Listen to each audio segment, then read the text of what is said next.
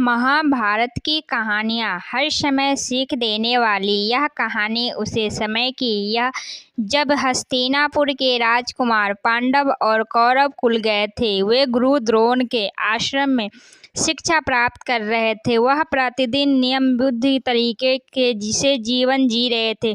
ब्रह्म मुहूर्त में उठना, शौच इत्यादि से निवृत्त होकर व्यायाम करना, फिर स्नान करके हवन पूजन करना, भोजन प्राप्त कर पढ़ाई करना, पढ़ाई के बाद गुरुकुल में विभिन्न प्रकार के कार्य करना, झांस में पहले क्रीड़ा स्थल पर जाकर पहले युद्ध कौशल सीखना और फिर क्रिया करना, इसके ऊपर पढ़ाई करना, फिर भोजन कर सो जाना। ऐसे ही उनकी दिनचर्या चल रही थी। एक बार की बात है, द्रोणाचार्य अपने शिष्यों को क्रोध का त्याग करने का पाठ पढ़ा रहे थे। उन्होंने अपने शिष्य से कहा, जीवन में क्रोध हमेशा हमें गलत मार्ग पर ले जाता है और हम अधर्म कर बैठते हैं। इसलिए हमें सदैव क्रोध का त्याग करना चाहिए। यदि कोई राजा या योद्धा क्रोध में गलत निर्णय ले ले तो इस अधर्म को ठीक नहीं किया जा सकता।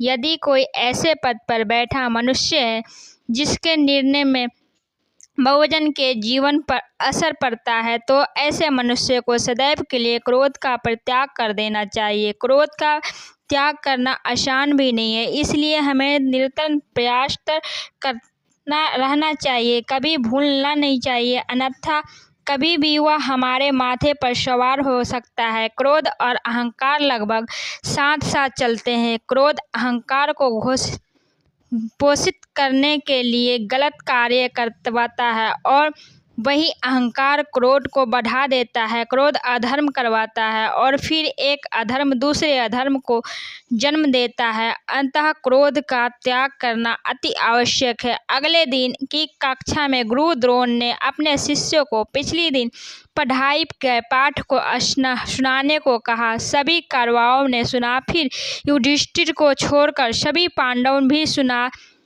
दिया, परंतु युधिष्ठिर नहीं सुना पाए। जब द्रोणाचार्य ने उनसे पूछा कि उन्हें पाठ क्यों नहीं स्मरण, तो उन्होंने कहा कि थोड़ा सा समय चाहिए। 2-3 दिन तक युधिष्ठिर गुरुजी की यही उत्तर देते रहे। चौथे दिन जब गुरुजी ने पूछा कि युधिष्ठिर ने यही उत्तर दिया, तब गुरु द्रोण ने युधिष्ठिर को एक थप्पड़ मार दिया। युधिष्ठिर कुछ देर तक शांत खड़े रहे, फिर अपने हाथ जोड़कर गुरुजी से कहा, गुरुजी क्या मैं आपको पाठ सुनाऊं?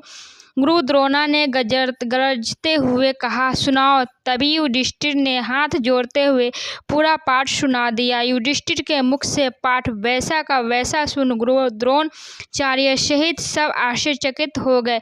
तब गुरु द्रोण ने युधिष्ठिर से पूछा, पुत्र, जब तुम्हें स्मरण था तब तुमने दंड से पहले क्यों नहीं सुनाया? गुरु द्रोण का प्रश्न सुनकर युधिष्ठिर ने उत्तर दिया, गुरुजी, पाठ कंठस्थ होना और स्मरण करने में मुझे अंतर प्रतीत होता है। पाठ मुझे कंठस्थ तो था, परंतु सदैव आपकी सिखाई हुई बात स्मरण रहेगी या नहीं, इस पर मुझे संदेह था, परंतु अब मैं समझ गया कि मुझे आपकी बात स्मरण भी रहेगी, इसलिए मैंने आपको पाठ सुना दिया। गुरु द्रोण ने युधिष्ठिर को गले से लगा लिया और कहा, पुत्र, इस रास्ते पर चलोगे तो धर्मराज नहीं बनोगे और धर्म राजा का प्रजा का सौभाग्य होता है। अगर आपको ये कहानी अच्छी लगी हो तो लाइक शेयर सब्सक्राइब जरूर कीजिएगा। धन्यवाद।